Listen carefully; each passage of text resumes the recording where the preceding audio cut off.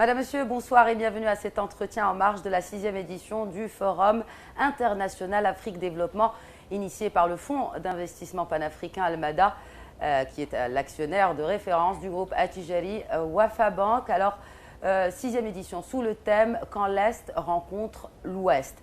Beaucoup de plénières ont été organisées lors de cette première journée du forum, également des rencontres B2B dans le cadre d'un marché de l'investissement parce qu'in fine, il s'agit de créer l'opportunité pour des porteurs de projets, mais également pour des businessmen, pour se rencontrer donc autour de ce forum. Alors, il a été également question d'intégration africaine. Alors, j'ai le plaisir de recevoir sur ce plateau aujourd'hui le ministre délégué chargé de la coopération africaine, Mouhassi Jazuli. Bonjour et bienvenue.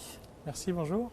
Alors, tout d'abord, dans votre allocution ce matin, lors de la cérémonie d'ouverture, que je rappelle a été retransmise en direct sur les ondes de Médien TV Afrique, vous avez insisté sur le rôle important, crucial d'un tel forum pour booster, pour dynamiser justement cette intégration africaine. Si vous pouviez nous en dire un peu plus. Oui, effectivement, c'est un moment important, c'est un lieu exceptionnel de rencontres, d'échanges et de création d'opportunités qui regroupe plus de 2000 personnes avec plus de 30 nationalités essentiellement africaines. Mais je voudrais quand même revenir à la genèse de ce forum qui est né il y a une dizaine d'années dans la droite lignée de la vision de Sa Majesté le roi Mohammed VI, que Dieu l'assiste, pour l'Afrique. Et donc il y a 10 ans, il fallait être courageux, il fallait être audacieux pour créer une telle plateforme. Personne ne parlait autant d'Afrique, aujourd'hui ça semble évident, mais il y a 10 ans, il fallait être courageux et audacieux, je vous le disais, pour créer un tel rendez-vous qui devient aujourd'hui un lieu incontournable pour les grands décideurs, pour les grands businessmen qui sont là pour justement être à l'affût d'opportunités intéressantes pour le continent. Alors, je voudrais évoquer avec vous cette question d'intégration interrégionale. Donc, aujourd'hui, il est clair que c'est un objectif commun en Afrique et notamment à travers la création de cette zone de libre-échange que plusieurs pays ont d'ores et déjà ratifié. Alors, est-ce qu'aujourd'hui, on peut vraiment aspirer à ce qu'il y ait cette zone de libre-échange africaine et que les échanges interafricains dépassent ces 11% par rapport à d'autres zones comme la zone européenne où ces échanges interpays dépassent les 70%? Écoutez, c'est une nécessité.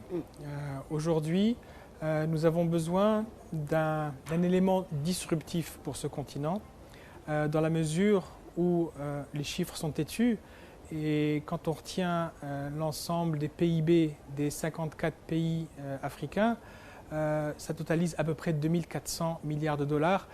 C'est à peine la taille d'un pays leader européen. Donc il va falloir réellement de la croissance pour le continent africain. Cette zone de libre-échange va être l'opportunité de rendre concret l'ensemble des dispositions qu'a imaginé déjà le Maroc, à savoir partager son savoir-faire avec ce pays. Ça sera encore plus facile de partager le savoir-faire marocain à travers notamment les grandes success stories des grands chantiers marocains initiés par Sa Majesté et qui vont permettre justement une libre circulation entre les pays et ça va faciliter justement les échanges entre ces différents pays. Alors vous représentez le secteur public, je rappelle que vous êtes donc le ministre délégué chargé de la coopération africaine. Quelle est la place et le rôle finalement du secteur privé pour avancer dans ce projet que vous citez plutôt de zone de libre-échange et aussi de meilleure intégration africaine et interrégionale? Le secteur privé et le secteur public doivent travailler la main dans la main pour accompagner cette révolution africaine. Le secteur public met en place les bases. Aujourd'hui, au sein de l'Union africaine, un certain nombre de pays ont signé cet accord de libre-échange, cet accord lié à la zone de libre-échange. Aujourd'hui, on est à près de 19 pays qui ont ratifié ces accords. Arrivé à 22, l'accord entrera en vigueur. Et donc, il y a un réel accompagnement du public vis-à-vis du privé, mais il y a aussi réellement un privé qui va mettre en mouvement toute cette dynamique, aussi bien pour la partie investissement que pour la partie commerce, échange, trading, qui sont les deux piliers de développement économique du continent africain. Bon, ici, aujourd'hui, nous nous trouvons au Maroc. L'invité d'honneur est la Sierra Leone. Selon vous, pourquoi un président qui vient d'être élu moins d'1 an après son élection choisit le Maroc eh bien pour, disons, vendre la destination Sierra Leone comme terre finalement d'investissement et de business? Écoutez, aujourd'hui, le Maroc, à travers les visites de Sa Majesté le roi Mohamed VI en Afrique, et elles sont de plus de 50 visites dans près de 30 pays, on a montré tout ce qu'on savait faire au Maroc, ce qu'on savait faire de mieux sur les grands secteurs. Aujourd'hui, le Maroc est une belle vitrine que l'ensemble des pays amis, partenaires africains viennent visiter pour s'inspirer des meilleures pratiques, bien sûr, mais également pour nouer des partenariats avec les grands acteurs économiques marocains, qu'ils soient publics, privés ou semi-publics.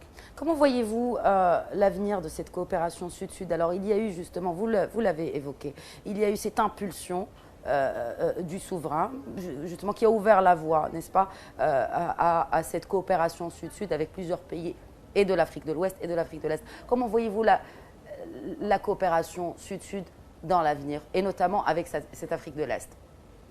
Écoutez, je vous le disais tout à l'heure, cette zone de libre-échange va venir renforcer cette intégration africaine. Le Maroc aujourd'hui a une place de leader incontesté grâce à la vision de Sa Majesté le roi Mohamed VI, et on continuera à partager, et Sa Majesté le disait, sans ostentation, nos expériences. Il y a aujourd'hui un certain nombre de secteurs sur lesquels le Maroc va encore plus insister. Les énergies renouvelables, l'agro-industrie, la logistique, la gestion de l'eau, qui sont les vrais besoins de l'Afrique qui se développe et de l'Afrique qui s'émancipe.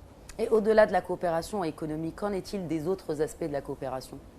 Écoutez, aujourd'hui, le président du Sierra Leone qui est là sait que le Maroc accompagne ce pays à travers des bourses notamment, accompagne ce pays à travers une coopération gov-to-gov, un échange d'expériences, de la formation, du renforcement de capacités. Donc aujourd'hui, elle va au-delà de la simple coopération économique. Mohsin Jazzouli, merci beaucoup d'avoir répondu aux questions de Médien TV. Merci. Merci à tous de nous avoir suivis. Très très bonne suite des programmes sur Médien TV, Médien TV Afrique.